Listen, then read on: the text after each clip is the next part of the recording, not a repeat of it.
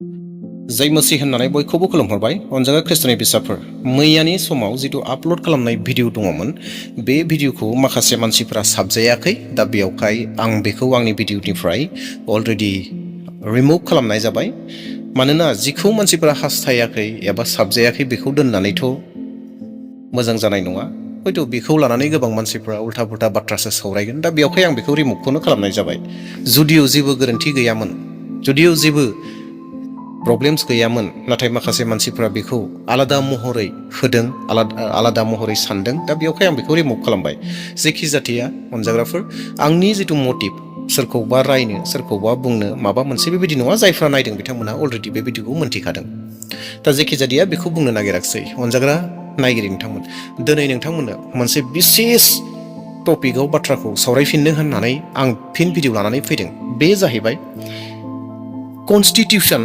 आयेन फारसेबो बे बिसयाव मा बुङो आयेना बेखौ मा बुङो आरो जोंनि धोरोम बाइबेला जोंनो मा फोरोङो बेखौ नायगोन आरो बे जाहैबाय घुस लानाय आरो घुस होनायनि बिसय जों बेखौ नायगोन घुस लाग्रा आरो घुस होग्राखौ जोंनि भारत सरकारनि जितु आयेन दङ कनस्टिटिउसन दङ बे आयेना मा बुङो बेखौ नायग्रोगोन बेनि उनाव बाइबेला मा बुङो बेखौबो नायगोन नोंथांमोना साननो नाङा बे मानसियालाय बेसेबां स्मार्ट जाखो बेसेथो रोंगौ बेफोरबायदि बाथ्राखौ बुंनो होननानै नाथाय आं जिखिनि हायो जिखिनिखौ कालेक्ट खालामदों जिखिनिखौ रिसार्च खालामनायनि गेजेरजोंसो नोंथांमोननो लानानै फैदों दा बेयावहाय आंखौ गोरोन्थि दाबुजि नंगौ अनजाग्राफोर जों बाइबेलनि गोबां बाथ्राफोरखौ रोंखागौ रोंगौ बुंलायनांगौनि बाथ्रा गैया नाथाय गोबां समावनो जोङो बावनानै थायो आङो कमेन्टफोराव गोबां बाथ्राखौ मोननो हादों जोङो बाइबेलनि बाथ्राफोरखौ रोंखायो जों मानिनोसो हायाखै होननाय बेफोरबायदि कमेन्टफोरखौबो मोनदों बेफोर नंगौ गासैबो बाथ्राफोरा सैथो दा नाथाय आंनि जितु भिडिअ लाबोनाय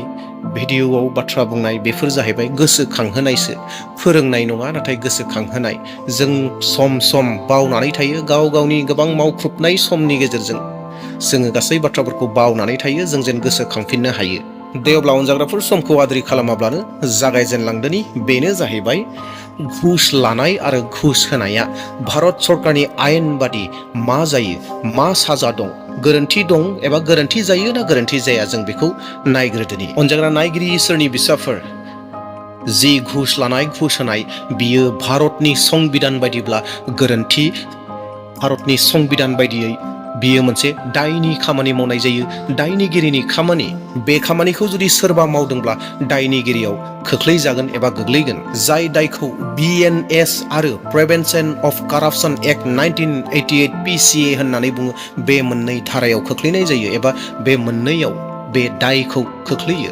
BNS नि ओंथिया जाहैबाय भारतीय न्याय संहिता 2023 BNS होननानै बुङो अनजाग्रा नायगिरिफोर जितु संबिधान दङ बै संबिधानाव थोंजोङै रिश्वत लानाय रिश्वत सोदोब घुस होननाय सोदोबा गैया नाथाय बेजों लोब्बा थानाय धोन दौलत थाखा फैसा जासिनाय थाखा फैसा होनाय लानाय कारापसन खालामनाय बेफोर गासैबो मुं लिरनानै दोनजानाय दङ नाथाय रिश्वत सोदोबा गैया अनजाग्रा नायगिरिफोर नोंथांमोननो माखासे नाम्बार धारा नाम्बारखौ बुंनानै होनो नागिरदों मा मा खामानि मावोब्ला बोरै मावोब्ला बे सेक्सनाव थायो आरो मा मा फाइनफोर दङ सेक्सन 7 बे सेक्सन 7 आव सरकारि मावग्रा सुबुंफोरनो जुदि माबा मोनसे बेसाद होनानै बिसोरनिफ्राय जुदि माबा मोनसे लादोंब्ला दहननानै लादोंब्ला बेबो साजा जायो बेबो मोनसे घुस होनायाव थाङो एबा रिश्वत लानायाव थाङो आरो बिनि पानिशमेन्टआ जागोन 3 निफ्राय 7 बोसोरनि गेजेराव एबा 7 बोसोरसिम जेल जानो गोनां जानो हागौ आरो लोगोसे जुर्माना होनो गोनां जागोन सोरबा सरकारि सुबुंनो जुदि घुस होदोंब्ला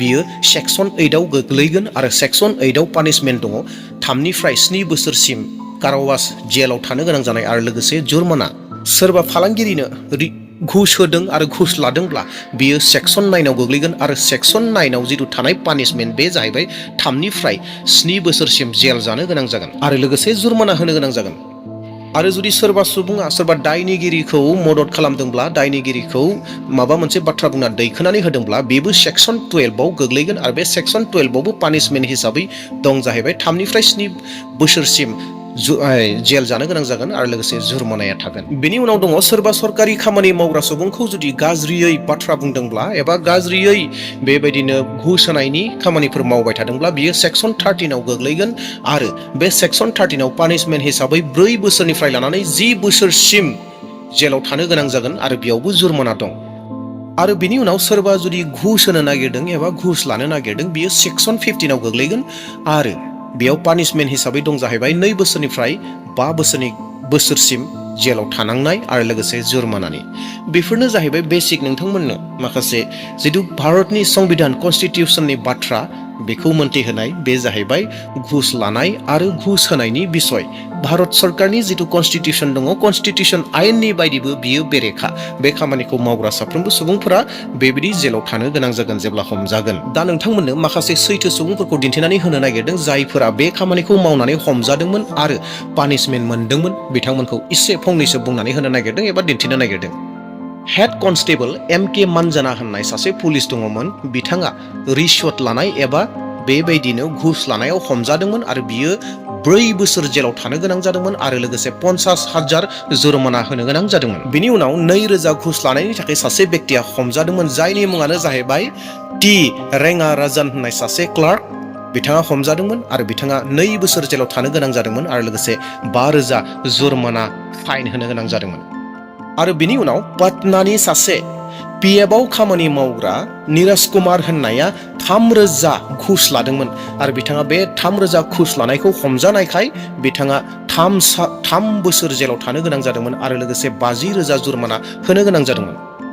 आरो बिनि उनाव दिल्लीनि सासे ट्रेफिक पुलिसनि अफिसार जायहा 3,000 घुस लादोंमोन आरो बियो हमजादोंमोन बियो 4 बोसोर जेलाव थानो गोनां जादोंमोन। आरो बिनि उनाव सासे सुबुंखौ बुंनो नागिरबावदों बे जाहैबाय गुजरातनि सासे कनस्टेबल जायहा 4,000 घुस लादोंमोन आरो लोगोसेयैनो माखासे फैसाफोरखौ सावसुबनानै जानायनिबो बिनियाव मोनसे केसा गोग्लैबावदोंमोन आरो बिखौ गासै 5 बोसोर जेलाव दोननाय जादोंमोन आरो लोगोसेयैनो जुर्माना हिसाबै 10,500 जुर्माना फोनांदोंमोन। जायफोरनि मुंफोरखौ खारिबाय बिथांमोना घुस लानायनि थाखाय बेबायदि जेलाव थानो गोनां जादोंमोन आरो लोगोसे जुर्माना लाजादोंमोन। बेबायदि दिनै जोंनि भारताव गोबां दङ। गोबांनि मुंफोरखौ लाबोजोबनो हाया, गोबां सम थांगोन। नाथाय बे खामानिखौ मावोब्ला बे घुस लानाय आरो होनायखौ मावोब्ला बेबायदि जेल जानो गोनां जायो एबा बेबायदि दन्दनीय खालामजायो।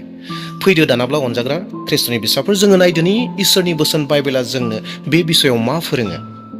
हुदा बिजाब 16-19 सिरिखौ फरायग्रोनो हास्थायदों। बे जाहैबाय बिसोरो इनाय बिसार आरो मोखां सायख'नानै बिसार दा खालामथों।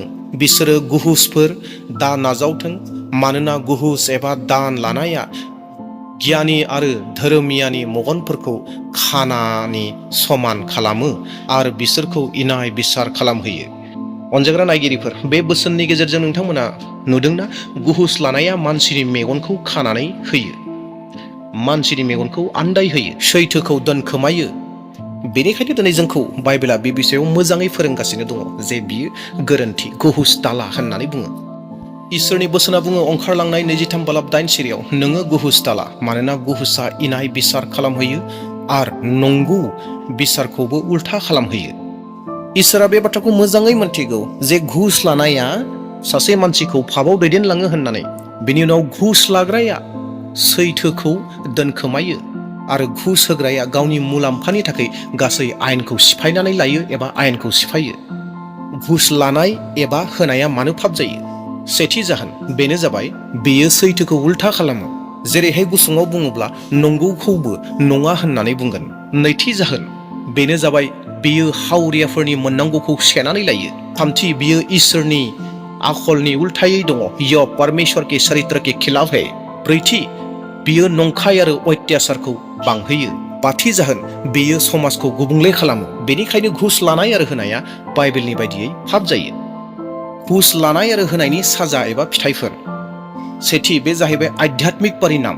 स्पिरिचुवेल लाइफआव जोंहा जेंना फैगोन आरो बे जाहैबाय मा जों घुस लानाय आरो घुस होनाय खालामोब्ला जोङो इसोरनिफ्राय गोजान जायो। नैथि समाजाव गोहोम खोख्लैयो। बे जाहैबाय समाजाव गाज्रिया बाङो, निखावरि हावरिया जायो आरो गाज्रिया बाङो। थामथि न'खराव जेंना फैयो। घुसजों फैनाय फैसा एबा राङा धोन दौलतफोरा जोंनि थाखाय आशीर्बाद नङा, बेयो जोंनि थाखाय सावखौसो लानानै फैयो आरो बायदि बायदि गोबां रोखोमनि दंबावो। अनजाग्रा नायगिरि इसोरनि फिसाफोर बेबायदि परिस्थितियाव जों मा खालामनांगौ? बे होनाय आरो लानायनि बेलायाव जोङो मा खालामनांगौ? सेथि गिबियावनो गावखौ घुसनिफ्राय हमथा। नैथि सोरबा जुदि घुस होनो नागिरदोंब्ला बेनिफ्राय खार एबा नाङा होननानै बुं।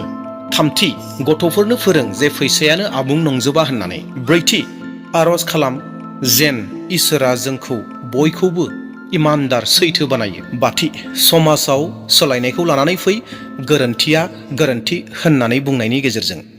अनजाग्रा नायगिरिफोर, दिनैनि बे भिडिअनि गेजेरजों जोङो नायबाय कनस्टिटिउसन जिथु आयेन दङ, आयेननि बायदियैबो घुस लानाय आरो घुस होनाया बेरेखा, बेयाव साजा दं। आरो जोङो माखासे सुबुंफोरनिबो मुंफोरखौ नायबाय, बिथांमोनाबो बे खामानिखौ मावनायखाय साजा मोननो गोनां जादोंमोन। आरो इसोरनि गोथार बोसोन, गोथार बाइबेला, इसोराबो जोंखौ बुंथिदों जे घुस लानो नाङा, घुस दाला होननानै। दा बेयावहाय जों बेखिनि बाथ्राफोरखौ दिनै गोसोखांफिननो हादों। नंगौ, जों बयबो मोनथिगौ, अब्लाबो जों सम सम बावनानै थायो। बै बावनानै थानायखौ आङो मोनथिहोफिननो थाखायसो बे भिडिअआव बे बाथ्राखौ लानानै फैदों, फोरोंनो थाखाय नङा, जों जेन गोसोखांफिननो हायो। दे अब्ला अनजाग्राफोर, आसा खालामदों नोंथांमोना बावना थानाय बाथ्राफोरखौ थारैनो गोसोआव फैफिनदों। दे अब्ला दिनैनि भिडिअखौ बेसेबां दोनथ'नो हास्थायदों, दोननायनि सिगाङावनो खावलायनो हास्थायबाय, चेनेलाव सोरबा जुदि गोदान फैदोंब्ला चेनेलखौ साबस्क्राइब खालामदो आरो मोनसे लाइक होदो आरो भिडिअखौ शेयार खालामदो। दे अब्ला दिनैनि भिडिअखौ बेसेबां दोनथ'नोसै। Thank you.